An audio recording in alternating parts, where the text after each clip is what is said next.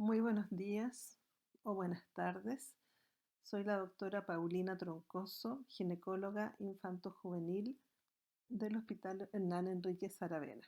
Además, me desempeño como profesora asociada de la Facultad de Medicina de la Universidad de Chile. Me han solicitado como parte de este congreso realizar una clase sobre sexualidad infantil.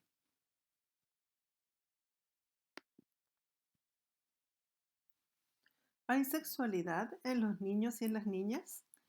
La OMS define sexualidad como un aspecto central del ser humano presente durante toda su vida. Todas las personas somos sexuadas, desde que nacemos hasta que morimos.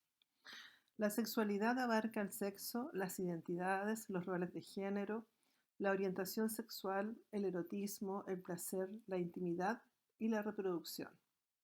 No todas las personas van a desarrollar todos los aspectos de la sexualidad durante su vida. La sexualidad es distinta a la genitalidad y es distinta a las relaciones sexuales. Por lo tanto, sí hay sexualidad en los niños y en las niñas. La sexualidad infantil es autoerótica, no está dirigida hacia otra persona.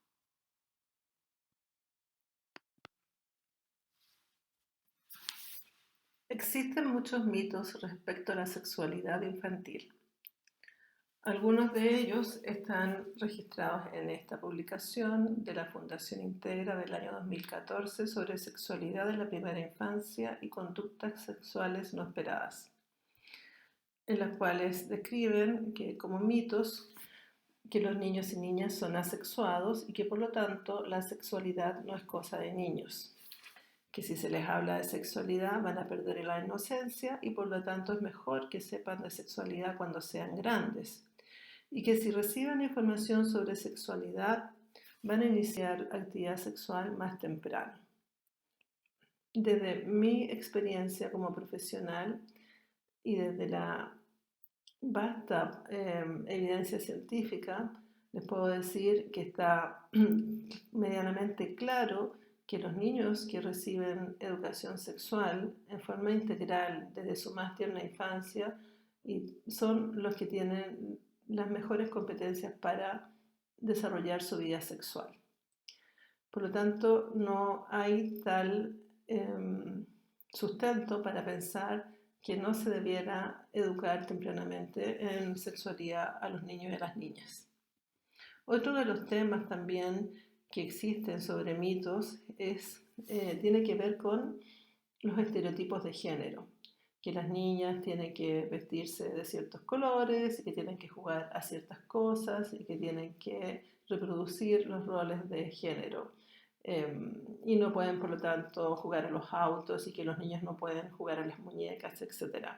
O que, porque en ese caso los niños si juegan a las muñecas se van a volver homosexuales.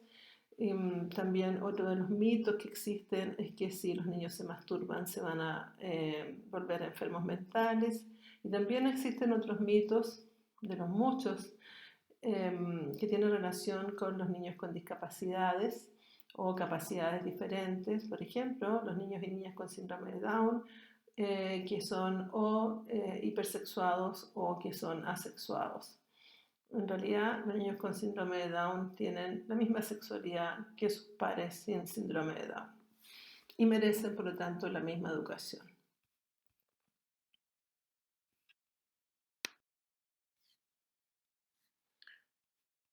Como les dije, nosotros tenemos sexualidad desde que nacemos y descrita por Freud ya está la fase oral que empieza cuando nacemos hasta el año o el año y medio, en la cual el niño o la niña descubre el entorno a través de su oralidad, con la presión de los labios, la deglución, la emisión de sonidos a través de la lactancia materna, pero también con la succión, al chupar el chupete, al llevarse objetos a la boca. Y después, cuando aparecen los dientes, también con la masticación de los sólidos. Por lo tanto, la zona bucolabial es la primera zona erógena que proporciona placer con los que se descubre la autoestimulación. Este es un placer distinto al placer del adulto. Como les dije, esto es un placer autoerótico, es lo que le da placer al niño o a la niña en sus primeros meses de vida. Los niños muestran placer también al estar desnudos. En el baño y la muda es importante permitir que se toquen y exploren el propio cuerpo. Los niños no tienen conciencia de que los genitales, por ejemplo, son parte distinta o tienen una connotación que le damos como adultos, por lo tanto se tocan indistintamente en sus distintas partes del cuerpo. Y es un buen momento para empezar la educación sexual indicándole cuáles son los nombres reales de las partes del cuerpo.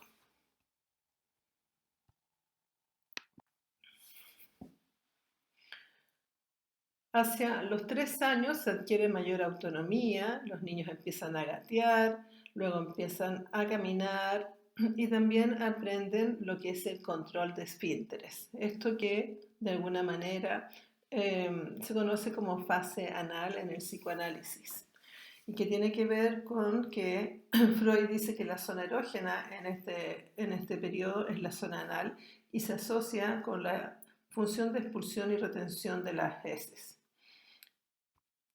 Es como el juego que asocia el placer a poder contener y ejercer un control sobre lo que realiza. Ya luego de los 2 a 3 años hasta los 6 años, los niños empiezan a constatar que existen diferencias entre los genitales y eso les produce mucha curiosidad. Y por lo tanto es absolutamente normal que ellos quieran ver y tocar los genitales de otros niños de su edad, que quieran mostrar sus genitales en la casa y en público, que jueguen, que tengan juegos sexuales infantiles en que se observan y se acarician, puesto que no tienen esa connotación de que los genitales tienen algo distinto o privado de su cuerpo, y tienen mucha curiosidad también por ver personas desnudas. Este interés de juegos sexuales en que los niños se acarician dura un poco tiempo y no les produce daño. Son muy curiosos a esta edad y se interesan en la sexualidad como en cualquier otra cosa.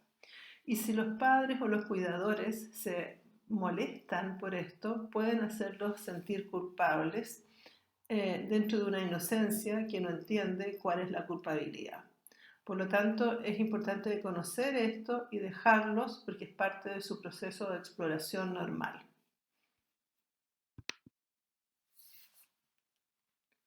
Lo mismo ocurre con la masturbación infantil. La autoestimulación genital es normal en los niños y niñas a partir de los 2 años de vida aproximadamente, incluso antes. Y es más que tocarse y descubrir sus partes corporales, que habíamos visto que ocurre desde el primer año de vida. En este caso sienten placer al tocar y autoestimularse y pueden tocarse con las manos o frotarse con algún objeto, incluso presentar sudoración y agitación que los hace relajarse o a veces también quedarse dormidos. En general es algo que los entretiene, por lo tanto muchas veces, si es que esto llega a ser preocupante para la familia o el entorno, lo que debieran hacer es proponerle alguna otra cosa que los entretenga, de manera que rápidamente dejen de hacer esto y enganchen con otro tipo de juego. Esto es de una frecuencia variable y como no causa daño. Por lo tanto, es una acción benigna que no le va a producir ningún daño a los niños y niñas que se masturban. Es normal entonces en niños menores de 4 años explorar y tocarse las partes privadas en público y en privado. Y este es el momento también en que los adultos, cuidadores, deben enseñarle a los niños lo que es público y lo que es privado, que sus genitales no se deben exponer en público, que son sus partes privadas. Es normal que los niños se froten las partes privadas con la mano o contra objetos, que las muestren a otras personas, que traten de tocar los pechos de las madres u otras mujeres, les produce mucha curiosidad, de que se quiten la ropa y quieran estar desnudos, de que traten de mirar a otras personas cuando están desnudas o desvistiéndose, por ejemplo, cuando están en el baño, hacer preguntas de su cuerpo y del cuerpo de otras personas. Por ejemplo, cuando ven que sus hermanos son de distinto sexo, entonces que la niñita no tiene pene, pueden preguntar en ese momento por qué. Y hablar con los niños de la misma edad acerca de funciones corporales, como popó o pipí, o como defecar o hacer caca o hacer pipí.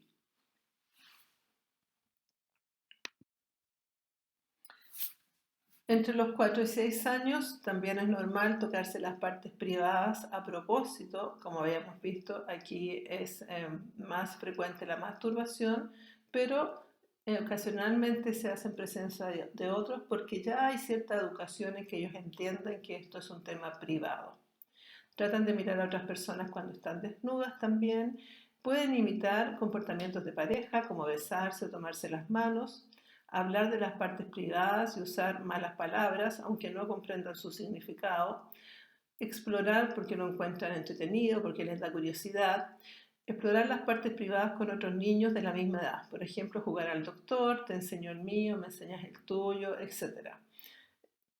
Esto es muy frecuente cuando los niños están escolarizados y tienen compañeros de curso de la misma edad y van al baño juntos y es normal que ellos se observen corporalmente, incluyendo sus genitales. Como les adelantaba un poco, ¿cuál es la educación sexual que necesitan los niños y las niñas?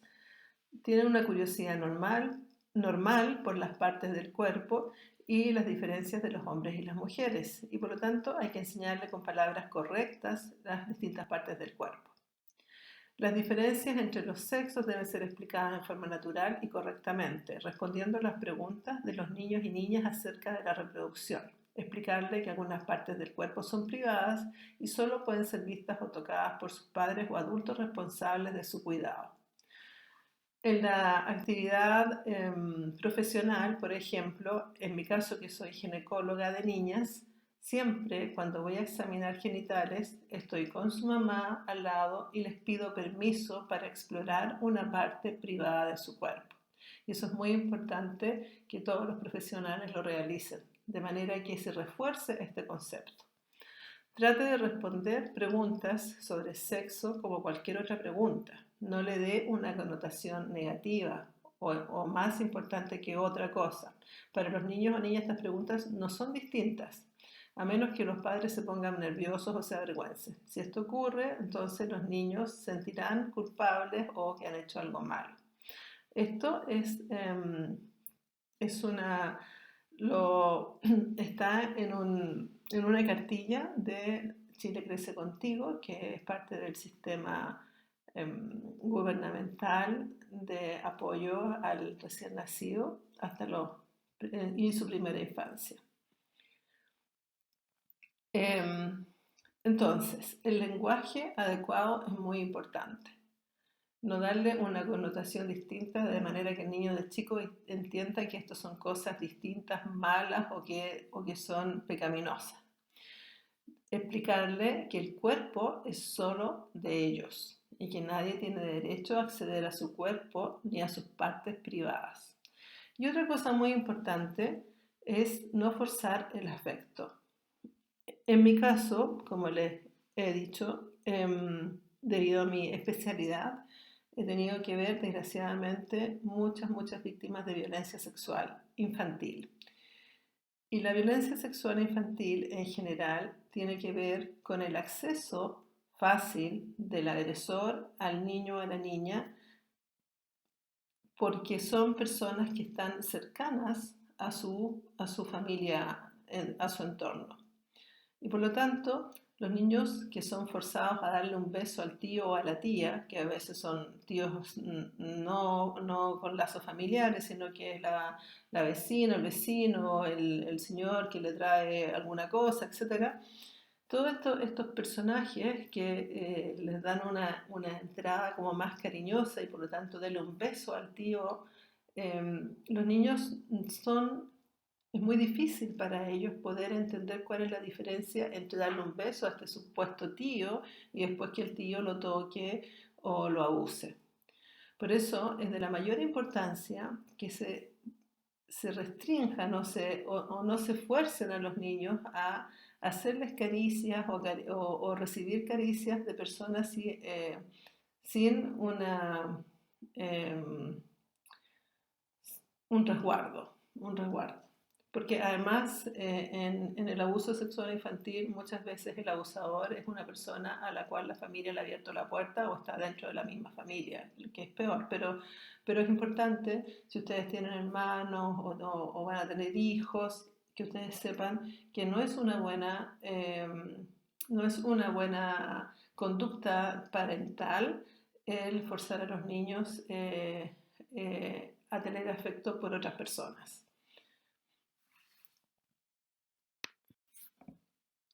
Luego viene de esta etapa que es como la etapa en que ellos descubren los genitales, viene una etapa latente entre los 6 y 7 años de edad, que tiene que ver con el ingreso al sistema escolar formal, el primero básico, en que los niños y niñas ya han logrado una identificación psicosexual y van a empezar a desarrollar un rol sexual y van a definir cuáles son sus actitudes, ¿no?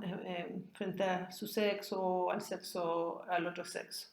Entonces tienen más conciencia de las reglas sociales y además por lo mismo les aparece mucho más la vergüenza y el pudor respecto de la sexualidad.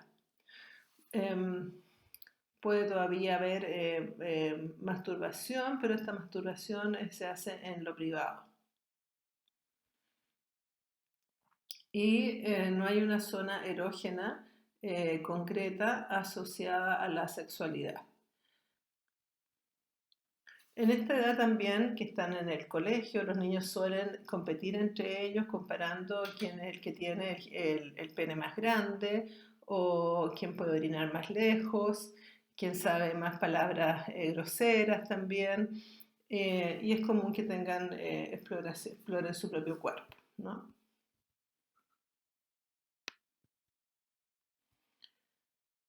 Entonces, en los niños y niñas de entre 7 y 12 años es normal tocarse las partes privadas a propósito, pero en el espacio privado jugar con niños de la misma edad a juegos que involucren comportamiento sexual como verdad o consecuencia, jugar a la familia, el novio o la novia, tratar de mirar a otras personas también cuando están desnudas y desvistiéndose, mirar fotos de personas desnudas o semidesnudas, ver o escuchar material de contenido sexual a través de medios de comunicación, televisión, películas, juegos, internet. Es muy importante el control de lo que están viendo, tanto en la televisión como en las redes sociales, en el computador, los niños. Es muy fácil también para las personas pedófilas que los niños buscando ciertas palabras puedan entrar a redes pedófilas y que los adultos cuidadores nunca se enteren de esto. Así es que hay que hacer un esfuerzo por, a esta edad, que en general también quieren un poco de independencia, los niños y las niñas poder tener un control sobre lo que están viendo. Ellos quieren tener más privacidad también y muchas veces se inhiben cuando los adultos quieren hablar de temas sexuales como para educarlos. Puede no ser fácil porque les da pudor y vergüenza. Y a esta edad también ya empiezan a sentir atracción e interés hacia niños o niñas de su edad.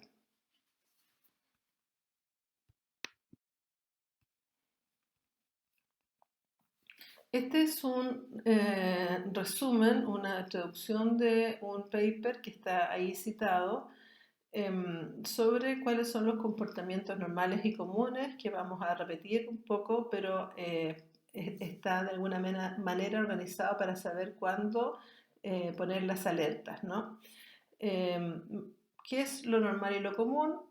Este es un resumen: masturbarse, tocarse los genitales en público y privado, va a depender de la edad. Si es que es más pequeño, va a ser más normal en lo público y si es más grande va a hacerlo en privado. Mirar o tocar los genitales de amigos o de un nuevo hermano, mostrar genitales a sus amigos, intentar ver a los adultos desnudos y conductas son transitorias, son pocas y lo más importante es que fácilmente se pueden distraer y siguen haciendo otra cosa. Por lo tanto, esto es normal y bastante común. Hay algunas conductas que son normales pero son menos comunes, como frotar su cuerpo contra otros, tratar de introducir la lengua en la boca al besar, tocar los genitales de amigos o adultos, imitar movimientos o ruidos asociados al acto sexual. Esto también depende mucho de cuál es el contexto y el entorno familiar. Por ejemplo, en familias donde hay mucho hacinamiento y el niño duerme al lado de sus padres y en que los puede escuchar o ver tener actividad sexual, puede tender a imitar estos movimientos como parte de lo que conoce. Conducta sexual, o también se ha visto por ejemplo, algún programa en la televisión o en internet y por lo tanto también puede reproducirlo. Estas conductas sexuales a veces perturban a las personas que están a su alrededor, pero en general son transitorias y responden en forma moderada a la distracción.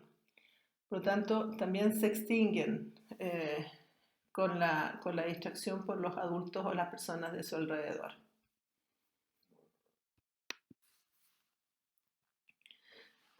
Estas conductas son no comunes en niños normales.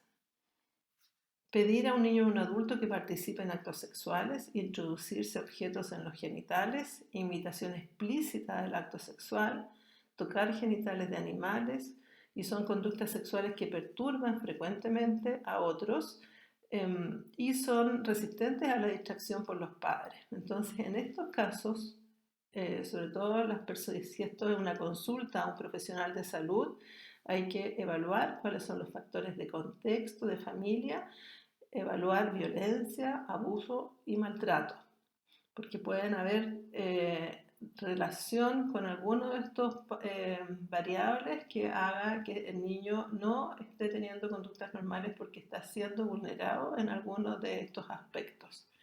Y por lo tanto, es muy, muy importante que se haga un seguimiento y una derivación oportuna y que se les dé un apoyo a las personas que están, al adulto cuidador que está preocupado de estos temas. Y al igual que en el caso anterior, que son señales de alarma que no merecen preocupación, hay conductas que casi nunca son normales, como cualquier actividad sexual entre niños con más de 4 años de diferencia, variedad de conductas sexuales durante el día, un repertorio más amplio de conductas sexuales que se van repitiendo durante el día, conductas sexuales que resultan en alteración emocional o en dolor físico para sí mismo o para otros, conductas sexuales asociadas a conductas agresivas físicas o conductas que involucren coerción o fuerza. Estas conductas son persistentes y son desarrolladas en formas compulsivas. El niño o la niña se enoja si se le distrae para que deje de hacer lo que está haciendo. Estos son, como dice ahí, señales de alarma muy potentes en que hay que evaluar todos los factores de contexto, familia, violencia, abuso, maltrato y hacer una derivación por sospecha de abuso sexual. Porque es muy probable, uno no lo puede asegurar, pero es probable y existe la sospecha de que el niño esté siendo vulnerado en sus derechos y que esté siendo víctima de violencia sexual.